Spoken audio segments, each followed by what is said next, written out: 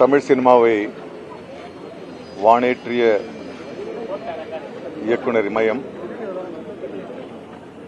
இன்னைக்கு நாங்க சரிந்து விட்டதா நாங்க நினைக்க போறது கிடையாது. ஏன்னா அவர் படைத்த காவியங்கள், சினிமா படங்கள் அவர் படைத்த காவியங்கள் இன்னும் ஆயிரம் ஆண்டுகள் வந்தாலும் டிஜிட்டல் முறையிலேயோ எப்படியாவது அது இருந்துகிட்டு தான் இருக்க போகுது. அதனால அவருடைய பூதவுடல் தான் இன்னைக்கு மறைஞ்சிருக்க தவிர அவருடைய ஆன்மாவோ அவருடைய அறிவோ அவருடைய கலையோ என்னைக்குமே இருந்திருக்கும். ஒருவேளை ஐயா பாரதிராஜா அவர்கள் நேரம் கடந்து வந்திருந்தால் தமிழ் சினிமா வேற மாதிரி இருந்திருக்கும்.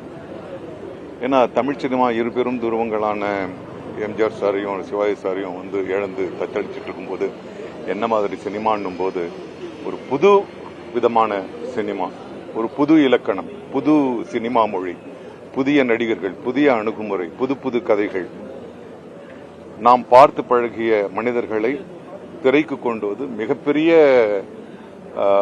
கதாநாயகர்களாக அவர் பண்ணியிருக்காரு. யாரும் எடுக்காத முயற்சியை அப்போ அவர் எடுத்திருக்காரு. அதனுடைய தொடர்ச்சி தான் இன்னைக்கு நாமெல்லாம் யதார்த்த சினிமா எடுத்துட்டு பெருமைப்படுறது. அவர் அறிமுகப்படுத்திய மிகச்சிறந்த திறமைகள், நடிகர்கள், மிக முக்கியமாக அவருக்கு கீழே பணிபுரிஞ்ச இயக்குநர்கள், இணை இயக்குநர்கள் எல்லாருமே மிகச்சிறந்த இயக்குநர்களாக ஆகியிருக்கிறார்கள். அதனால அவருடைய பங்களிப்பு தமிழ் சினிமாவுக்கு மிக மிக அரிதான ஒன்று, மிக மிக பெரிதான ஒன்று.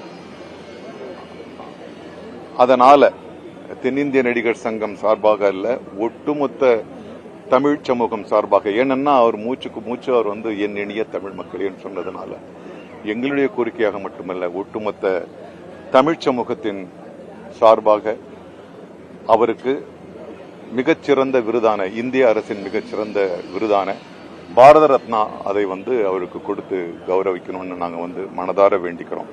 அதற்கு நம்முடைய மாநில அரசும் சிபாரிசு செய்யும் என்று நான் நம்புகின்றேன். அது மட்டும் இல்லாம இந்த பகுதிக்கு, இந்த தெருவுக்கு கேஷோரினா பே என்ற ஒரு ஆங்கில பெயர் இருக்கு. தமிழ் தமிழ் என்றிருந்த பாரத ராஜா அவர்களின் பெயரை இந்த சாலைக்கு சூட்ட வேண்டும் என்று மாநில அரசிடம் மிக தாழ்மையுடன் கேட்டுக்கொள்கிறோம். இமயம் இன்னும் வான்மூட்டும் அதன் காவியங்களால், அது படைத்த காவியங்களால். நன்றி.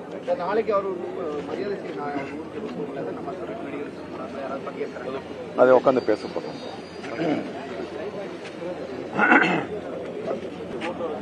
சிதறியது, இதயம் வெடித்தது.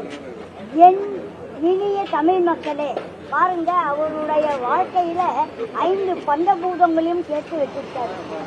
ஏழை எளிய மக்களுக்காக எடுத்துக்காட்டாக அவர் வாழ்ந்தவர். பட்டாபிஷேகம் கிடையாது, படாபிஷேகம் கிடையாது. மண்ணின் மைந்தன், மனித நேயம் உள்ளவர். நான் எனக்கு 77 வயதாவது. 62 வருஷமாக நான் பொது நல சேவையில் இருக்கிறேன்.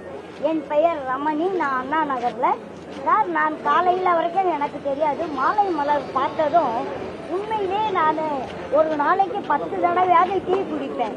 எனக்கு டீ அந்த மாலை மலர் பேப்பரை பார்த்தேன். அண்ணா நகர்ல இருந்து நான் வரேன். பொது நல சேவைக்கு ஆர் ரமணி. எனக்கு வயசு 27. ஆனா யாரும் சிரிக்காதீங்க, சிந்திங்க. நான் 50% ஆஃபர் பண்ணிட்டேன். ஆனா மண்ணின் மைந்தன், மனித நேயம் உள்ளவர், பார்ப்பவர்களுக்கு அன்பாளர், பண்பாளர். இந்த மாதிரி இத பாருங்க, நான் எல்லா இடத்துக்கும் போயிருக்கேன். தள்ளு முள்ளு இருக்கும், காவல்துறைகள் சொல்ல கொடுப்பாங்க, மக்கள் சொல்ல கொடுப்பாங்க, தள்ளுவாங்க. இந்த இடத்துல பாருங்க, ரொம்ப அமைதியா நிதானமா சந்தோஷத்தை விட எனக்கு ரொம்ப சங்கடமா இருக்கு. நான் இதுக்கு மேல எனக்கு பேச வாய்ப்பு இல்லை. என்னுடைய சிற்றுரையை முடித்துக் கொள்கின்றேன். என் அன்பு தமிழ் இனிய மக்களுக்கு நன்றி சொல்ற மகான் இல்லையை தவிர நம்மோடு எப்பொழுதும் வாழ்ந்து கொண்டிருக்கின்றார், வாழ்கின்றார். நன்றி நன்றி நன்றி.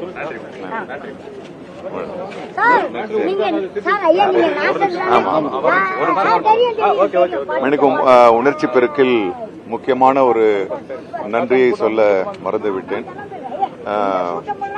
அரசு மரியாதையோடு ஐயா பாரதிராஜா அவர்கள் அனுப்பப்படுகிறார் என்கின்ற பொழுது எண்ணிலடங்காத ஒரு பெருமையையும் அரசுக்கு நன்றியையும் நான் வழங்க கடமைப்பட்டுள்ளேன். அதனும் முக்கியமாக இந்த வேலைப்பளுவிலும் அவர் வந்து போனதுக்காகவும் தென்னிந்திய நடிகர் சங்கத்தின் சார்பாக நன்றி.